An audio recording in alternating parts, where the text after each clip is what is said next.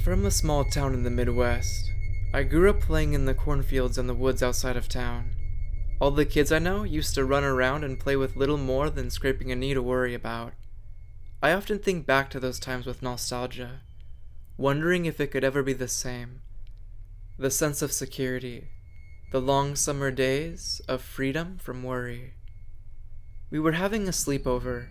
My friend Taylor and I had made a ritual of spending the weekend at my house. We would play games, tell stories, and sneak out at night just for fun. On this particular Friday night, we were telling ghost stories. Our high school humanities teacher had given us a fun assignment, to write about an urban legend. I was excited for this opportunity to do some freeform writing. I loved urban legends. I had read about so many over the past few days. I even pulled out my old scary storybooks from when I was a kid. I had a load of ammunition for this scare fest. Taylor had done plenty of research too. One of the reasons why we became friends was we both loved scaring the wits out of ourselves and others. After we shared a few classics, I told Taylor all about the Wendigo, how it's an evil cannibal spirit that possesses people and appears half man and half animal. When it was Taylor's turn, I got to hear about the Goat Man, which was new to me. Taylor said they were shapeshifters, but normally took the form of a humanoid with fur and horns, with the face of a man. These were the subjects of our humanities assignments, respectively. After storytelling, we were both up for a bit of a venture, so once my parents fell asleep, we slipped out of the sliding door of the porch. We usually don't think too far ahead of ourselves on these midnight escapades, and only formed a plan once we were in the cool night air. That night there was lots of lightning, so every few minutes there would be a bright flash. After walking a ways, we settled on going into the woods to visit our favorite spots. We could get in a little hiking and some climbing, all in one outing. We were already close to the woods anyway. Now I probably don't have to tell you that being in the woods at night can be a scary experience. We knew these woods well, but even so, it was creepy in the middle of the night, when everyone else was asleep. First we stopped by our little fire pit, which was a 5-minute walk into the woods. It was a cool night, but we didn't want to go home smelling like a campfire, so we just sat to enjoy the sound of the woods at night. That was when I realized it was eerily quiet. Back on the trail, we heard some animals and insects, but now, there was only silence. The air was still, unusually so, almost suffocating and stifling. We both noticed the heaviness. I asked, "Do you feel that?" Taylor responded, "Yeah, it must be the humidity, or the barometric pressure from the storm or something." That put my mind at ease, but we still sat in the silence, like we were waiting for something. That was when I smelled it. It was like rusting iron, or when you taste a penny, a strong metallic scent. It didn't smell like a storm, and besides, it wasn't even raining. I looked at Taylor questioningly, and received the same look, like we were asking each other a question. I asked, "Do you smell that?" "This is weird," Taylor responded, and was obviously nervous. I nodded in agreement. We were both tense, looking over our shoulders. There was a flash of lightning, and that's when I saw it. A tall figure standing between the trees further into the woods, past Taylor. It was probably 30 feet away, and seemed to be looking at the ground. It had its back to us. This was as much as I could see with the lightning. Then the flash was gone, and I sat there, speechless. I wanted to alert Taylor, but I didn't want whatever that was to know I had seen it. The silence made time stand still, with no air, no sound, and now a strange smell, and an even stranger figure in the woods with us. I could feel my heart in my chest. "I think the smell is getting stronger," Taylor commented. "We should leave," I whispered, trying to sound convincing while hiding the panic in my voice. But Taylor was right. The smell was definitely stronger than before. It smelled the way blood tastes.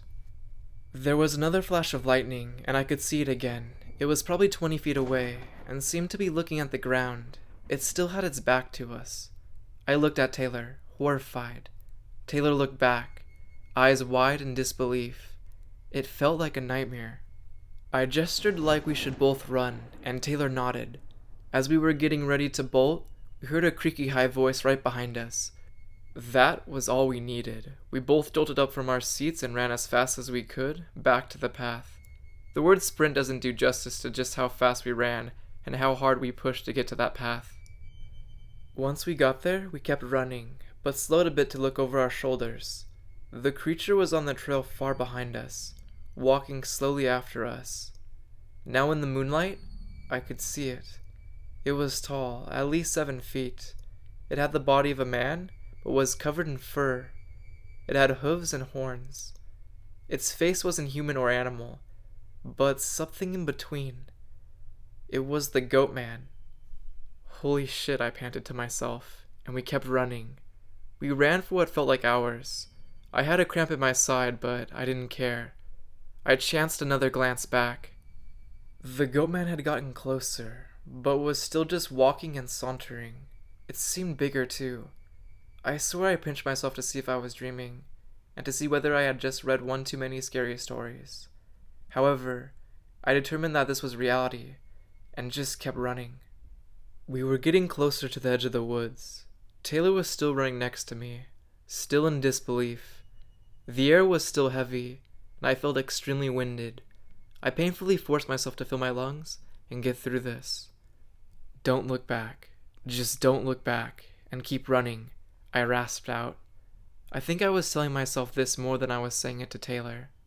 We kept running. We ran for what felt like hours. I had a cramp in my leg, but didn't care. I chanced another glance back. Taylor was behind me, somehow walking, yet keeping pace with me. Something was off with him. His eyes. Taylor's eyes were completely black. I ran while looking back at my friend in horror. Taylor sauntered behind me and began to speak in the goat man's voice, a creaky high voice without cadence. We should leave. I snapped my head back around and let out an utterance, something between a cry of horror and a prayer. Taylor was still running at my side. What the hell, I thought to myself. I chanced another glance back. No goat man. We broke through the woods to the sound of crickets chirping and the clean smell of a storm. It began to rain.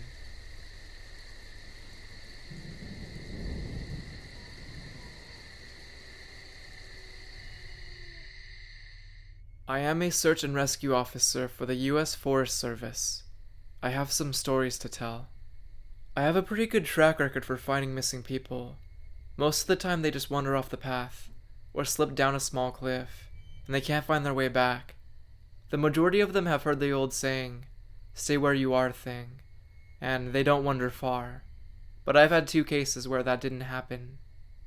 Both bother me a lot, and I use them as motivation to search harder on the missing person cases I get called on. The first was a little boy who was out berry picking with his parents. He and his sister were together, and both of them went missing around the same time. Their parents lost sight of them for a few seconds, and in that time, the kids apparently wandered off. When their parents couldn't find them, they called us, and we came out to search the area. We found the daughter pretty quickly, and when we asked her where her brother was, she told us that he had been taken away by the bear man. She said he gave her berries and told her to stay quiet, and that he wanted to play with her brother for a while. The last she saw of her brother, he was riding on the shoulders of the bear man, and seemed calm. Of course our first thought was abduction, but we never found a trace of another human being in that area. The little girl was also insistent that he was not a normal man, but that he was tall and covered in hair, like a bear, and that he had a weird face. We searched that area for weeks.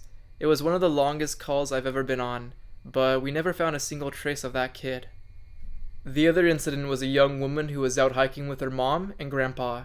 According to the mother, her daughter had climbed down the tree to get a better view of the forest, and she'd never come back down.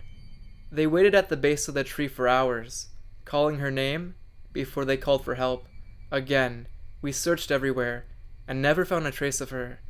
I have no idea where she could have possibly gone, but neither the mother or the grandpa saw her come down.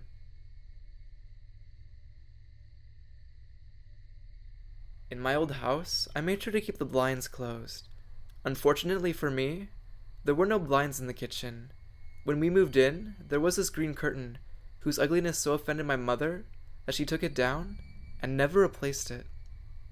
As a young teen, I spent every summer evening staying up till 5 a.m. The window and its deep darkness often deterred me from grabbing a snack. When I would work up the nerve, I'd do my best to avoid even a glimpse at the window.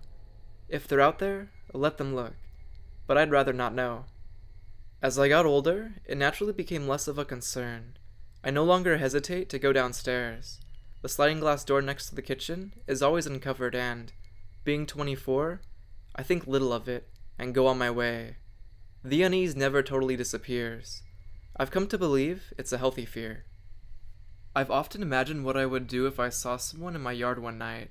I would grab the biggest knife in the kitchen, run upstairs, block the door, and call the cops. I'd also grab my baseball bat and stand at the top of the stairs, awaiting my enemy.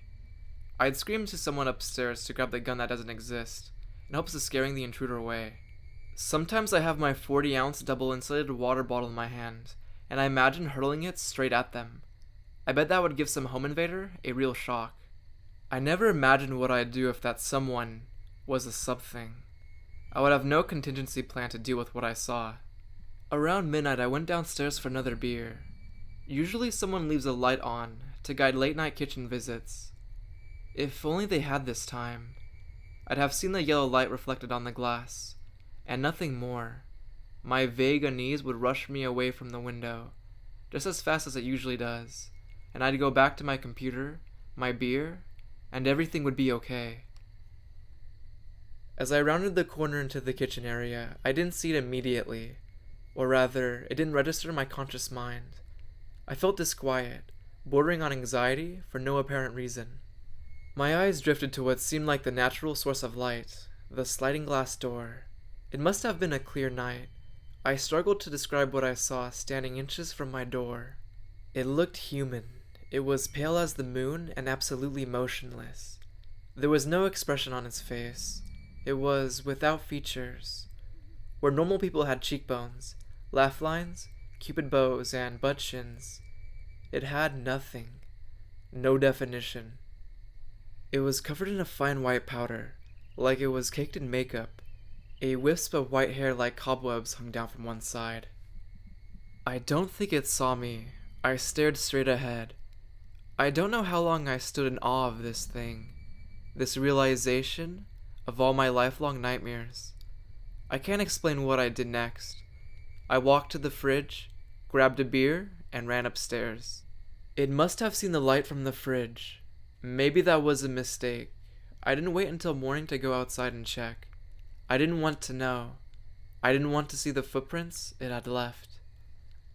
I've never understood people who are comfortable with open windows all around them. They bathe in the light of the day, and when the sun sets, they continue about their activities, with no regard for the darkness lurking in their periphery. Like I said before, I now consider it a healthy fear, a defense against the horror of what exists on the other side of the glass. Hey, what's up guys, Drybones here. I just want to thank you guys for watching the video. You can leave a like, comment, or subscribe. You can even share the video, every little bit helps. I really want to take a second just to thank you guys for all the support. You're all the best. Your comments are always so uplifting, and they always inspire me to make more videos. You guys truly are the best. Oh yeah, and one last thing. Stay spooky, my friends.